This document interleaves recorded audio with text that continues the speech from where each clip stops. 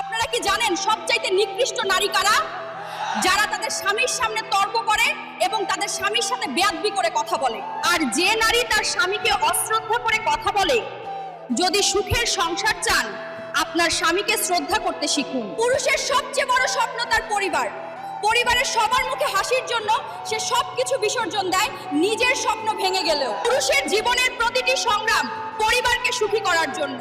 অভাব থাকলেও সে হাসি বিলায়, ক্ষুধার্ত থেকেও খাবার তুলে দেয়। যে স্বামীর প্রতিটি ঘামের ফোঁটায় পরিবারের ভবিষ্যৎ গড়ে তোলে, তাকে অবহেলা না করে ভালোবাসায়, সম্মান আর শ্রদ্ধায় ভরিয়ে দেন। কারণ স্ত্রীর সম্মানই হলো স্বামীর আসল শক্তি, আর স্বামীর ভালোবাসা হলো স্ত্রীর সবচেয়ে বড় ভরসা।